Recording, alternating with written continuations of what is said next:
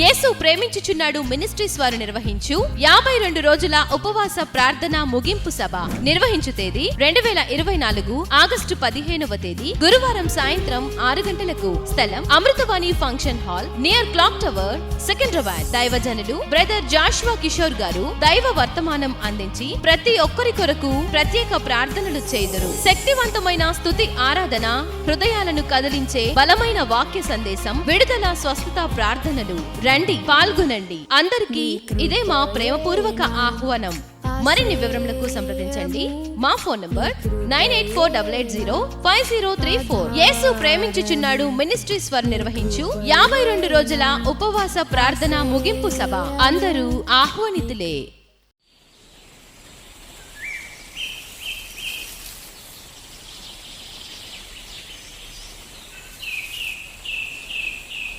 Praise the lord. నీకోసం వేసే మాట అని దేవుని వాగ్దానాన్ని వింటున్న ప్రియ దేవుని బిడ్డలందరికీ వందనాలు తెలియజేస్తున్నాను. అందరూ కూడా బాగున్నారు కదా?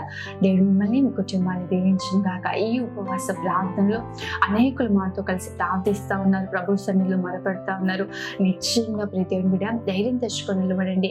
దేవుడు మీ ప్రార్థన విని దేవుడు నిశ్చయంగా మీరు ఏదైతే అడుగుతున్నారో ఈ ఉపవాస ప్రార్థనలో దేవుడు మీకు గొప్ప జయాన్ని అనుగ్రహించును గాక. ఈ రోజు దేవుడు మనకు అనుగ్రహిస్తున్న వాగ్దానము మత్తయి సువార్త 14వ అధ్యాయము 27వ వచనం. ధైర్యం తెచ్చుకునేది నేనే, భయపడుకుడి. ఆమేన్. ఒకసారి బిగ్గరగా ఆమేన్ అని చెప్పండి.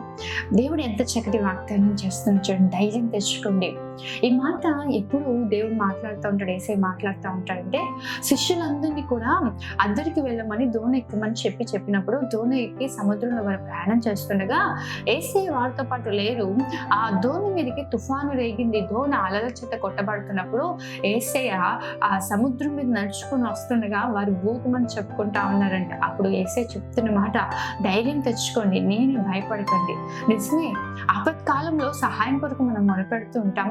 దేవుని ఆ కృప కొరకు మనం మొరపెడతా ఉంటాం. దేవుని నాకు సహాయం చేయని అడుగుతూ ఉంటాం. కానీ సహాయం మన దగ్గరికి వచ్చినప్పుడు నిజమేనా, ఇది మా పట్ల దేవుడే చేస్తున్నాడా, దేవుడే జరిగిస్తున్నాడా, లేదంటే ఎవరి పనైనా అని చెప్పి ప్రతి విషయంలో భయపడుతూ ఉంటారు. అక్కడ వారు కూడా శిష్యులు కూడా యేసయ్యతోనే ప్రతిదినం సంచరిస్తా ఉన్నారు. యేసయ్య చేసే అద్భుతాలు కన్నులారా చూస్తా ఉన్నారు. యేసయ్య అప్పటికి ఒక అనుభవం ఏంటంటే యేసయ్య మాట్లాడితే గద్దిస్తే గాలి తుఫాన్ ఆగిపోయింది. అన్ని చూసిన శిష్యులు కూడా వారు భయపడతా ఉన్నారు. ఎవరు మా దగ్గరికి వస్తున్నారు నీళ్ళ మీద నడుచుకుంటూ అని. ఈ రోజు దేవుని బిడ్డ భయపడుతున్నావా? దేవుడు నిన్ను సమీపించే దేవుడు. ఈ ఉపవాస ప్రార్థనలో ముగింపులోకి మనం వచ్చి ఉన్నాం. ఇంచుమించు ఇక ముగింపులో మనం ఉన్నాం. ప్రియ దేవుని బిడ్డ, దేవుడు ఈరోజు నీతో మాట్లాడుతూ ఉన్నాడు. నేను నీ దగ్గరికి వస్తాను, నీ మధ్యలో సంచరిస్తాను, నిన్ను పోషించడానికి, నిన్ను ఆశీర్వదించడానికి, నిన్ను విడిపించడానికి, నిన్ను మధ్యలో సంచరించే దేవుడిని అని చెప్పి ప్రభు మాట్లాడుతున్నాడు కదా. దేవుడు మన మధ్యలోకి దిగి రాబోతున్నాడు. ధైర్యం తెచ్చుకో, నిలబడు, ప్రభు సన్నిధిలో ఇంకా గట్టిగా నిలబడు. ఆయన ఎందుకు విశ్వాసం ఉంచి ముందుకు కొనసాగింపబడు. నిశ్చయంగా బలమైన అద్భుతమైన గొప్ప కార్యాలు ఈ ఉపవాస ప్రార్థనలో నువ్వు కన్నులారా చూచుదువు కాక. ఆమె ప్రార్థన చేసుకుందాం. మహోన్నతుడైన తండ్రి, సర్వశక్తి మంత్రుడైన దేవా, నీకే వందనాలు, స్తోత్రాలు ప్రభువా. ఈ ఉదయం మీరు మాకు ఇచ్చిన వాగ్దానాన్ని బట్టి వందనాలు. ఎంతమంది వాగ్దానాన్ని విన్నారో వారందరి జీవితాల్లో వాగ్దానాన్ని నెరవేర్చండి. నీ కృపను అనుగ్రహించండి. బలమైన గొప్ప కార్యాలు జరిగించండి. మేలు, క్షేమం, ఆశీర్వాదం, కృప వెంబడి కృపను బిడ్డలకు అనుగ్రహించండి ప్రభువా.